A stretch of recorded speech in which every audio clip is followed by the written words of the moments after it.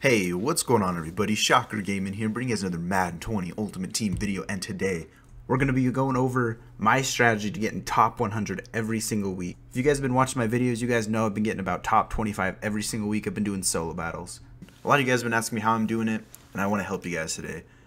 Honestly, you don't need a team this good, but I would suggest starting somebody that has Escape Artist. Honestly, Escape Artist is so broken in solo battles, and it has bailed me out countless times. So I'm going to take Joe Thomas's abilities off just for my solo battle game, because I don't run the ball that much unless it's with my quarterback. Honestly, Michael Vick picks up the majority of my rushing yards. So we're going to hop into a game real quick. And as you guys can see, I did take this week off, but you already know we'll be back on it next week, man. Those rewards are just way too nice. Alright, man, so I'm going to throw it up on the screen for you guys. If you guys got to screenshot this, do that. But I normally go for over 400 passing yards, over 100 rushing yards. You want to shut them out. You need 50 first downs at least, and try not to turn the ball over. It's not the end of the world if you do. And I'm going to be giving you guys tips like every quarter, so make sure you guys stick around for the end of the video. If you're new around here, make sure you guys hit that like and subscribe button, and let's hop right into it. And I only run mid blitz in the fourth quarter, but this is what I do, man. It's a little cheesy, but you come out here and field goal, base block right, and you audible to punt safe man, and it will put Pat Tillman on the very far right receiver. And you're going to kind of do like a C route with him, and you're just going to go get the ball. And you want to try and get as far back as possible. I know it's not always possible, but you want to try and get that pick and run all the way back to like the 10-yard line. And then on offense, nothing has changed. I come out in levels Y corner, and I always audible my B receiver to a streak, just because a lot of the time he is open, because normally they have like a linebacker covering him. See, when they all are covered up, your Escape Artist, go slide for first. Easy 10 yards every time. Michael Vick is nice because when they do spy, he can usually outrun the spy too. Oh, unfortunately, he just scores right there. But so I mean, it works really well. Because like I was saying earlier, the main objective on offense is to pick up as many first downs as possible. That's how you're going to score the most points. I messed up on this play, so next time we score, I'll show you guys my 2-point conversion play. That works like 99% of the time. And so I did mess up on the first kickoff for you guys, so you want to kick the ball out of bounds so that they get the ball on the 40. Because that way, if you do pick the ball and you get instantly tackled, you still have like 50 yards to go instead of like 30. We'll go through it one more time. Special teams, base block right. You just swap to punt safe man. And then it's nice because normally Pat Tillman will be over there, and Pat Tillman just kills it. We're in a big C route.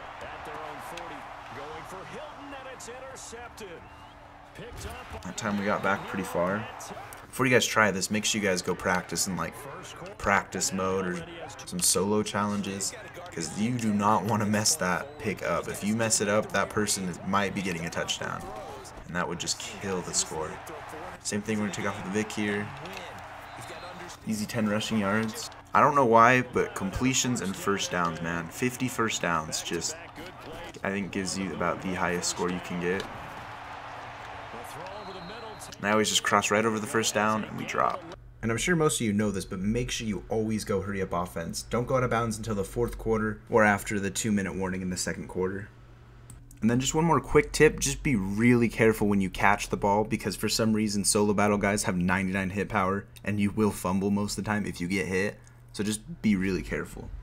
I'll see if I can find it. The best 2-point conversion play for this is you want to make sure you run the ball at least once a drive and you get that inside zone, because on the goal line they will come out in a blitz every time and nobody will cover Randy Moss. So just put him on a quick slant and you're just going to hit him every single time. You do want to be really careful about the amount of turnovers that you have, like picks and fumbles will hurt your score obviously. Oh my gosh. Well, that was unfortunate. So sometimes I guess that's going to happen, which sucks. You can still run this play in the goal line, just do not run it in the fourth quarter.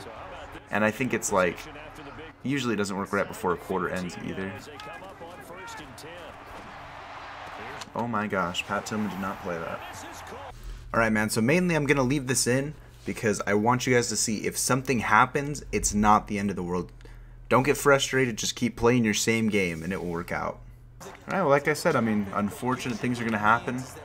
But I've still scored over 26,000 allowing 7, so you always want to take these out to about the 10, and usually he'll just drop and not dive. You can see right here they're going to play man coverage. Randy Moss will be wide open on the quick streak. Alright, man, so we are up 46-7 right now at the beginning of the third quarter. I haven't swapped anything out. We're still just sticking with the levels corner. Some of these guys will play better man coverage than the other, though, so you might have to switch up some of your audibles. But for the most part, that's all I do. I just put B on a streak, hit him on a completion. If it's not open, I roll out with Michael Vick, pick up some easy yards that way. The possession catch is honestly like your best friend, man. Like if you have any separation, I feel like normally they will catch it. So I get a little bit covered, we're gonna roll out with Vic. Oh my gosh, that dude just... And then we only have like a yard or two. It is nice to throw in that inside zone. Just pick up the yard, go down. That way you'll have that in your playbook for when you score. Get an easy 2-point conversion. Alright, so this is honestly one of the more important drives of the game. So towards the end of third quarter, the punt safe man doesn't always work, and they sometimes won't run streaks. So you need to be really careful with this drive to conserve as much time as you can so that you can get one more drive in before they start swapping up their offense on you. So you want to really have some good clock management, maybe even burn a timeout if you have to.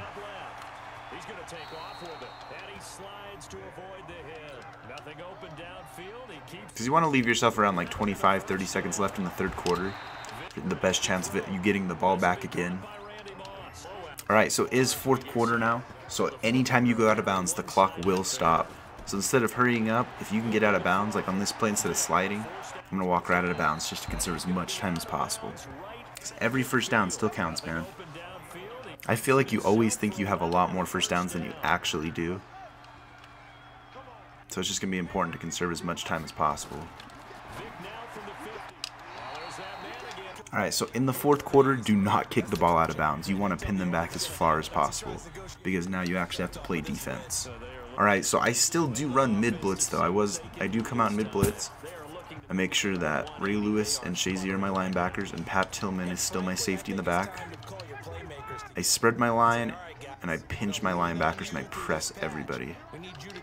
I always play the dude on the running back, and you just watch the running back. If the running back blocks, you blitz. If he runs on a route, obviously you got to keep an eye on him. But your user matters a lot in mid-blitz, because you are the difference between them getting a touchdown and getting a sack. As you can see there, I was one that made the sack, as they probably would have had T.Y. Hilton open, because they like to throw those passes early. But if, like I said, if that running back is blocking, you send yourself, man, and hopefully you don't get caught on a lineman. Because nothing is worse than when you could have had a sack and they end up getting a big play because you missed it. So we're going to take the punt back to the 10. We're going to do the same thing. Try and conserve some time, but get as many yards and first downs as possible. Based on what we're at, though, we easily should have 50 first downs. But you can always pause the game.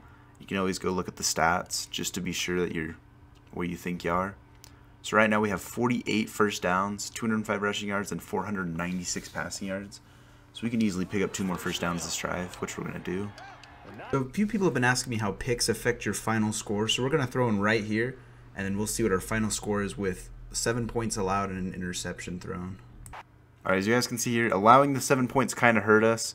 That pick kind of hurt a little bit. But as you guys, 25-7, if you guys got 25-7 every single game, you would land in the top 50 easy. But if you don't make those mistakes that we made this game, you're easily going to get over 26,000 every single time. You honestly, you want to try not to make mistakes, but it happens. Just don't get frustrated. Just keep doing your thing. But alright guys, thank you so much for checking out the video. If you guys like what you saw, make sure you hit that like and subscribe button, and I'll catch you guys next time.